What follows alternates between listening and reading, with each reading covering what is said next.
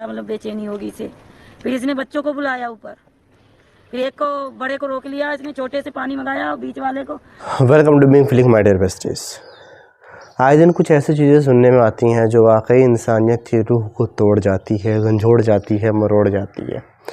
UP की बदायूं से ऐसे ही एक हादसे की खबर आई जहां पे दो लड़कों ने एक औरत के अपने पड़ोसी के बेसिकली घर जा कर के उसके दो नाबालिग बच्चों का बहुत बेरहमी से मर्डर कर दिया। और उस मर्डर करने के पीछे का मकसद अभी तक खैर ऐसा क्लियर नहीं हुआ है। वो आप लोगों को पता है तो कमेंट सेक्शन में बताइएगा हमें।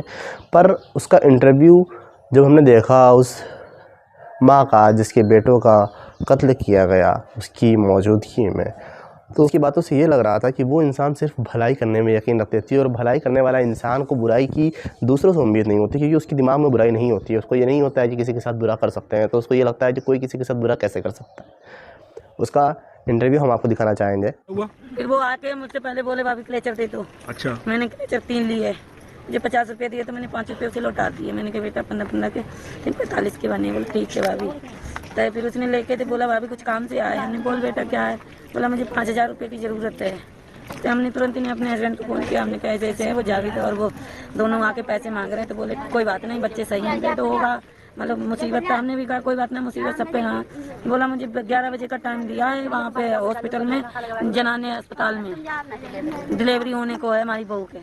तो 5 बच्चे हमारे ख़त्म हो गए, एक है हमारे बच्चे बचते ही नहीं।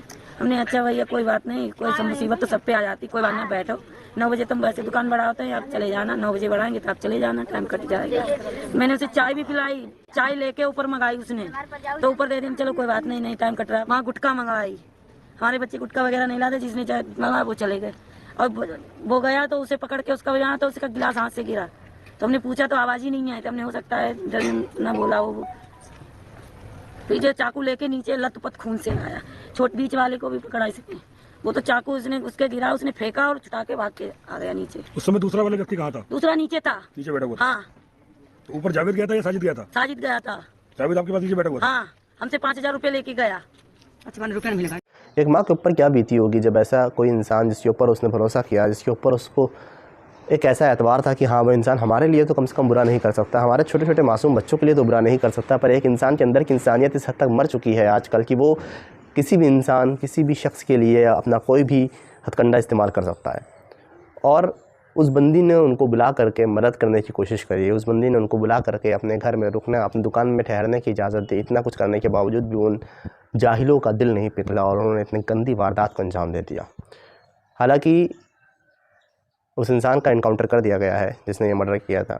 बट द पॉइंट इज़ कि वो एक इनसिक्योरिटी, वो एक सेंस ऑफ इनसिक्योरिटी जो वो छोड़ करके गया, वो एक ट्रस्ट इशू जो वो छोड़ करके गया है कई लोगों के बीच में, उसका क्या? आज के बाद कोई भी ऐसा इंसान अपने पड़ोसियों को भी अपने घर में घुसने से पहले उस इंसिडेंट को याद करेगा और उसके वो भरोसा जो उसके करीबी लोगों को लेकर के रहता है वो धीरे धीरे ख़त्म होता जा रहा है इन कुछ जाहिलों और बदबख्तों की वजह से। और भरोसा एक तरह से ये सब लेसन भी है हम लोगों के लिए कि अगर भरोसा ख़त्म हो रहा है तो हमको एक लेसन दे रहा है कि हाँ सही है, अंधा किसी पर भरोसा आज के टाइम पे करना भी ना चाहिए। और इस पॉइंट पे आपको क्या कहना है कमेंट सेक्शन में बताइए। मिलते हैं फिर नेक्स्ट वीडियो में, तब तक के लिए ज़िंदा रहिए। फिर बड़ी चीज़ है।